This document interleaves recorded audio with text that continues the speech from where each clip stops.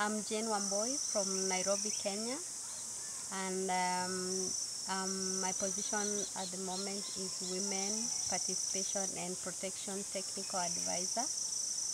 I'm based in Juba, but making frequent visits to the field whenever my services are needed, and the role is the building and building capacity of the teams, and also working very closely with the teams to support the women peacekeeping teams and women groups in the field. 2012 I applied to join NP. Actually started applying towards the end of 2011, and I was accepted in 2012 February and posted in Western Equatoria. And that's when I had the idea of the team talking about the idea of having women carrying out activities. And so what happened was there were so many cases of GBV in Western Equatoria, and I mean it didn't look like structures that were there, like they were handling the issue so much, and women were talking of, you know, needing on wanting to be more involved, and I was GBV focal point person by then. GBV is gender-based violence. Yes. So then we started talking to social worker, because we were working very closely with government social workers under the Ministry of Social Development and at the state level, and there was one of them who was really very strong and saying, Jane, if we really had support, and also talking to our team, that if we really had support, we would form a women team where we could, you know, address some of the issues that are affecting girls and other women in the community that are really not really addressed. And so we came back into the team, and we realized that was an avenue that we could use, having someone in the community saying, yes, we are open to the idea. And then us being peacekeepers, and I'm peacekeepers, we thought, yeah, maybe the women could be called Women Peacekeeping Team, give them the capacity and the confidence, because we carried out a couple of trainings with them, one being gender-based violence training, child protection trainings, mediation skills training, you know, trainings that can help them handle some of the things that we were, you know, handling in the community, addressing issues affecting women and girls in the community. And so that's where we formed the first team. We actually formed a couple in different so in Western Equatoria, we were working in different counties, in 3 counties. There was Izo County, Iba County, and Zara County. And in all these counties, we had like 2 or 3 women peacekeeping team. Actually, we had 1 in Iba County, we had 3 in Izo County, and we had 3 also in Zara County. In all the other teams were not as active as the one in Zara, and that's the one that we use, you know, as a model to all these other teams that we've been forming. And we realized that one of the challenges were because Iba and Izo were far away and Zara was close, so we were able to make frequent visits to the team in Zara. The teams in Izo and Iba was only when we had time, and not as frequent as the team in Zara. So that's why the team in Zara did very well. As I speak, I still communicate with the team in Zara, because we phased out of Western Equatoria, and they are still going on very strongly, very well. They have challenges, but other teams have not really been able to get in touch with them to know how far they've gone. And by the time we were leaving, some teams were low and down. So we knew at some point some teams will not be able to work out. Which is in all the other areas, because we formed women peacekeeping teams in other states. And one of the challenges were most women, you know, have not gone to school. And so bringing this kind of training to them, you have to work extra hard to bring it to the level. And so that was a challenge, but we were able to work with it, because even if someone can't read and write, we can use, I have a background in drama, we can use drama, theater, role plays to try to bridge that gap of, them to be able to understand, what we're talking about, and having them get more involved, because then we would have roles and would ask them to play out these roles, and you would find at the end of the day they would understand the training better because they participated in the training.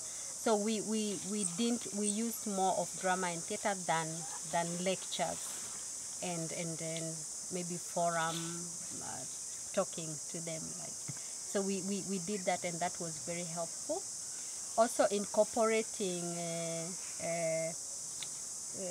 cultural or their traditional modes of entertainment, like having songs in some of these dramas and plays in their own language. They would sing songs, would ask them sing songs of maybe peace, sing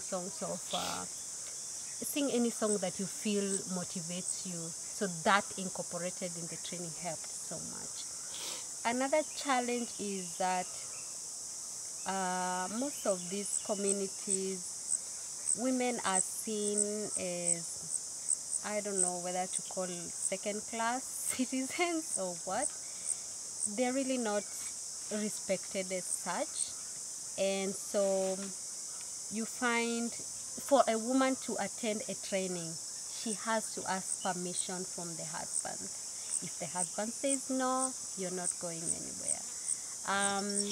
So in some of our trainings, we would incorporate communication skills, where we would share with women how to talk.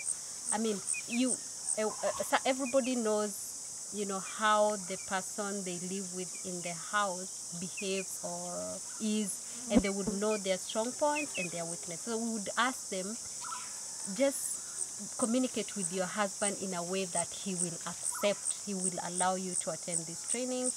And then during the training, we would also ask them to change some of their behaviors, because in some communities you find women are very aggressive, men are very aggressive.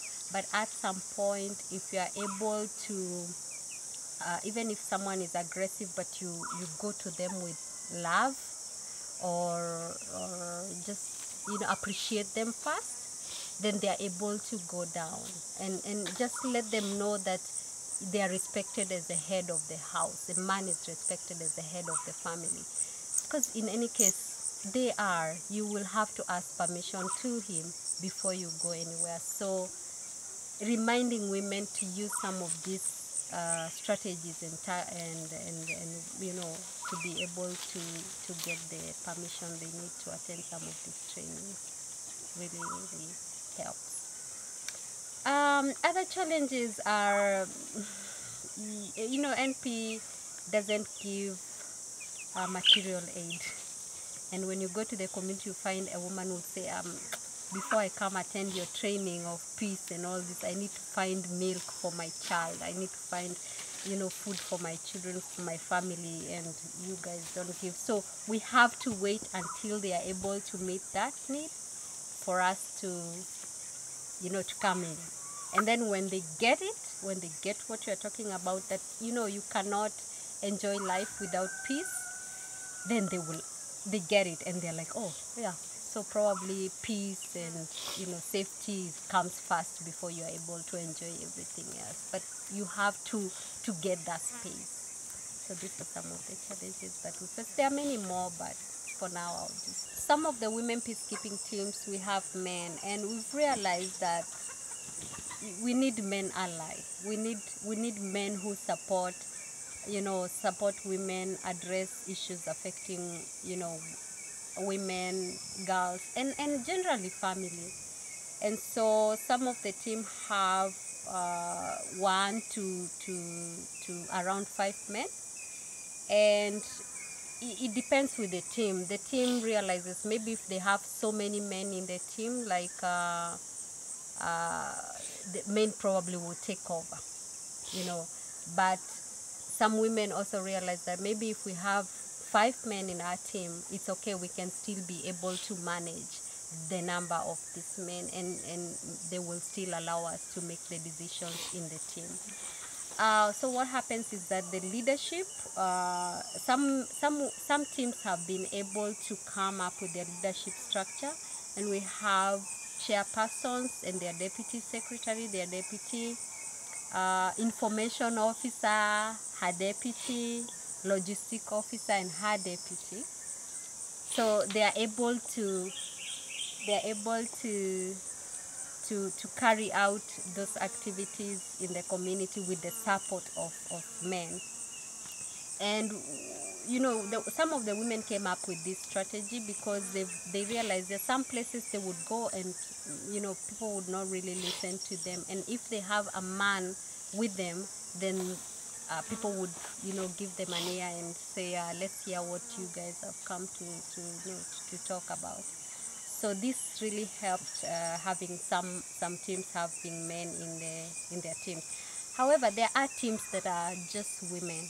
They don't have any man in their teams, and they seem to be doing okay. So were formed by a team of NP staff, and that's the other thing about NP, that we are in a team and we realize the skills and the strengths within the team. So, I mean, I really can't take credit of having these teams. I have always had the support of people working with us, with me. And so the objective is actually, it depends on the context and also the team on the ground supporting the women. So what happens normally is that the team work very closely with the women, and NP team works very closely with the Women Peacekeeping team to see what is really the needs and the objectives that they have, and how to address some of those needs. So for me, it's just to keep on empowering the women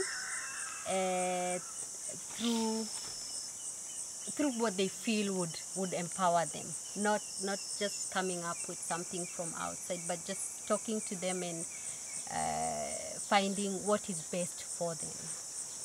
Some of them just want to be respected in the community. Some want to do big things. So whatever their objective is, to continue supporting them and, you know, just help them as much as I can. We've trained a lot of teams, because in Western Equatoria we trained 8, and then outside we have around 12. In other states we have around 12 teams, but some are not very active. So in total, the teams that are active are like 13 WPPs.